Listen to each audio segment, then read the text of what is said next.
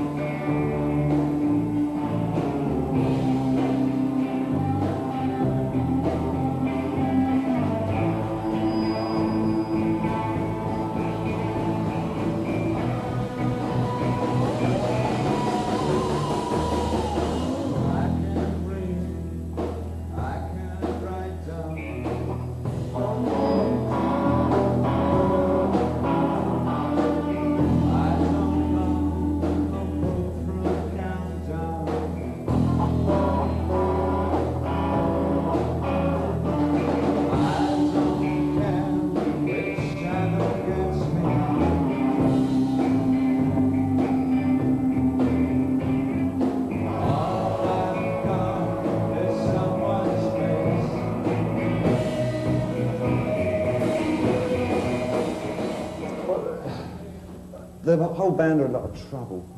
You never know what anybody's going to do. I mean, I tried suggesting things in the beginning, but it's absolutely pointless. Because everybody just does what they want. So is that how you work? Everyone just Yeah. in? Yeah. Yeah. You better ask them. I think that's the most exciting thing about it. Yeah, I'd like to say this psychiatrist, he's walking down New York Street, right? Yeah. And he gets run over by a car, he's dead. Yeah. So he's on his way up to heaven. Yeah. St. Peter's there at the gate, and he says, "Oh, we're expecting you." He says, "You are? I just want to go through onto the heaven." "You'll go through, but we have a problem here. We may need you." He says, "Yes." He says, "It's about God." And he says, "Yes, God has a problem." He says, "Well, what's God's problem?" "God, he thinks he's David Bowie." What a funny way to end it, you know. Well, today his material's off. Usually he's working a club down the street. You're his brother. When did he first interested in music? When did you both become interested in music? I guess when he was about 8 years old. And what about yourself? At that time. But I'm a couple years older than he is. Yeah, about 10, 11. Do you both come from a musical family? No. I don't know where it came from. What were the first records that you both Actually, the first records that I heard were the Orlons and actually rhythm and blues stuff. The first stuff I listened to. But tell him how long you've been into David, his music. You've been into David's music. What, did David do something before Tin Machine? Did he do something before Tin Machine? I've been into David ever since like 1986. Back that far. That's when you know what I mean? You never miss one of my shows, did you? No, I don't. I never see one. Seems so, I never miss it. Reed, is this the first session you've had since the album? Since the album, yes, it is. And in your own opinion, how's it going? Well, today's the first session, so it's. Could you give me a second opinion? You're ugly. Thank you. Yeah, I think it's great. Who's the I most mean, we play the way we play. difficult to control? Watch it. That's a hard one to call. They're all a pain in the ass. Thanks. All right. This is Kevin, who's we worked together at Live Aid for the first time. We've done quite a bit of work since, and I'm not a great rhythm guitarist, so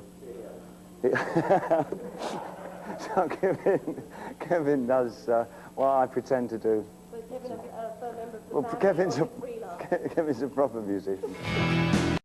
We first met David about 12, about 15 years ago. So. First time, but then we worked together about 12. And then we worked together 12 years ago. We did the Less for Life album with Iggy Pop, and we've kept in touch over the years. And one night, I was just out, and someone told me that David was going to be at this get together somewhere. So I thought I'd drop by and say hello. And I dropped by and said hello, and he said hello back. And he told me that he had this great guitar player that he'd like me to hear, and that he was thinking of doing a project with, and would I like to be included in it? And I said, sure, let's go, you know. And I said, should I call the drummer up? And he said, yeah, call the drummer up. And I met Reeves. I was given this tape on the last Spider tour. I'm given an awful lot of tapes on tour, but I try and get round to playing them all at some point, you know. Even if I can't do anything with them, I listen. And this one tape was really great. He was very selective. He was very clever because he picked out all the best bits of guitar playing he'd done. I didn't have to sit through hours. They were the bad bits. That's probably why I liked it so much. He picked out all the good bits, or bad bits, as he puts it. And said, these are my good bits. We work together. Do you fancy doing something? You know, and I love the tape, and so I got hold of him immediately. So is the style of music you're doing now what you did from the beginning, or have you developed it as you've gone along? It's developing itself, and the music is revealing itself, I think, as we play it. I mean, we all have a way we play, and it just recombines in different ways from song to song. You know? There's a heavy emphasis on rock music. What is it that attracts you all to rock music? I think it's Each other. it's our background, you know, rock and roll, opposed to I don't know, you say metal or what, you know, quote metal, which I think is. What is it that attracts us to each other? No, listen, you know, like with only two of the guys really, I think, I don't know about you, are like sort of jazz, know anything at all about jazz. You were never a jazz freak, but I know you like listening to it, but you never played it, right? No, I never played it, but actually jazz was the first music I heard. My father was a disc jockey, and at the beginning. Anyway, and you know, but seriously, there was. It was a question of finding the right kind of music that really didn't have too much orchestration about it, and the easiest kind of music to become free on, because it only has 2 or 3 chords in, you know, is rock and roll. Otherwise, if it started getting too chordy and arranged, it wouldn't be anything like what we wanted to do, because we wanted to put our own individual personalities into what we were playing, and it was very important. It was, the structure was as loose as possible so that everybody could improvise to a certain extent on what we were doing. And rock and roll is the best format, and it's the music we all love. Heavens and hell, heavens and hell, among the twilight stars, like a rocky two boys. Heavens and hell, don't dance on my tongue. You dance on the sun and the twilight stars. Heaven and hell.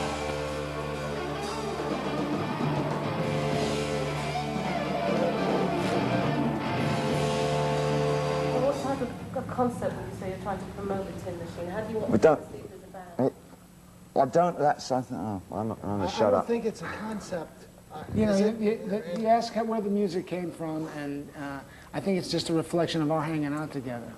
You know, the music reflects just what we like to play, what our hanging out is about. You know, it's what obviously every musician takes from their past. You know, we take from our own past and just throw it in. You know. It's, The only concept that we do have is that we won't wear bondage gear, you know. I mean, it really is. I was going to ask you about that. Have you thought carefully about the image you're trying to portray? No, that's exactly it. That it's very in Be these yourself. days of be yourself. Whoever that is. Whoever that is. It's someday we'll find ourselves and be very disappointed we did. It was of prime importance to us that the music was the priority, you know, and it's very difficult these days to kind of avoid this whole image thing. So the only thing that we knew is that we just didn't want to start dressing up in leather and chains, you know. So We knew what we didn't want to do. that's the best way of looking at it. Think about the good things. David, as did the rest of us, we went in the studio. We put down what we were feeling that day, you know, and to change anything from that is Starts getting into a production. It starts to. I mean, you can water and water and water it down, and then it's not. You lose the essence of what your original feeling was there. I suggested. I know for sure that I suggested that things didn't be rewritten. No, you didn't. See, and actually no, he suggested that. Well, what happened is we'd put a track down and we'd come back from lunch and David would have a whole sheet of lyrics there. And what did you do with them? Well, for me, the exercise is good in as much that it was just impressionistically written. I mean, just wrote the very first things that came into my mind and what suited the feeling of the music. Lyrically, I think the songs are strong, and musically they're obviously strong. But I don't think we have any soapbox particularly to shout from. I think if there's anything that we could change, that might be our socks.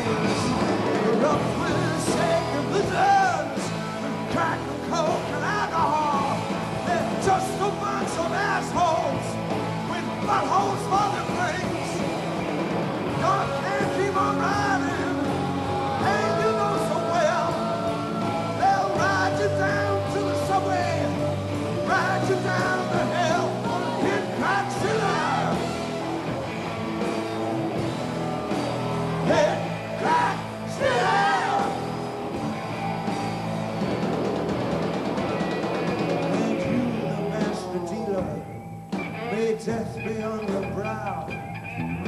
May razors slash your main lines. I'm talking to you right now. If all your vilest nightmares consume your sunken head with the hounds of paranoia, dance upon your stinking bed. Don't let me use nightmares. This nation's turn and move. These stinking smells of highways.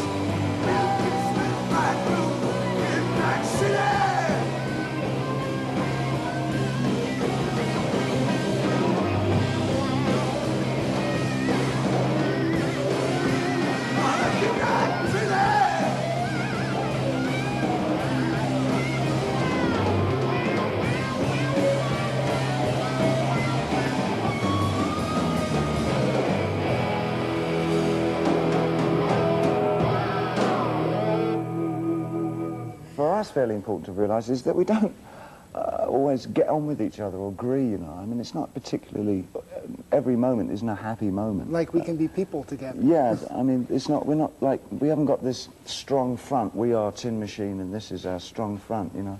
That's absolute bullshit. We argue a lot and we don't always particularly agree with each other's... I mean, of course, you have to fit it in some kind of format because we make records, people, Yeah. and then there's, you know, a record cover. Yeah. You know what I mean? And it's some But the kind of solid front business is pretty tiresome to me because it's not true, you know. There's no such thing as, well, oh, you know, we're all in this together and we all think alike and we we're walk gonna the change same. the world. It was Yeah, all right for the we all- Beatles, but I think it ended there. But he's got very strong personalities, and I think that was the thing. It was, personality-wise, it was adjusting, you know. For me, it was very hard, to be quite honest. It was very hard for me to relinquish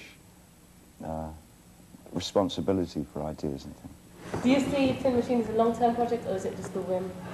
I don't think project might be the wrong word. I think band is the word. I mean, I'm quite certain if anybody really got bored enough or angry enough or whatever, they'd just take a walk, you know. So it's that kind of, it's just dependent on how we all keep getting on with each other musically and personally.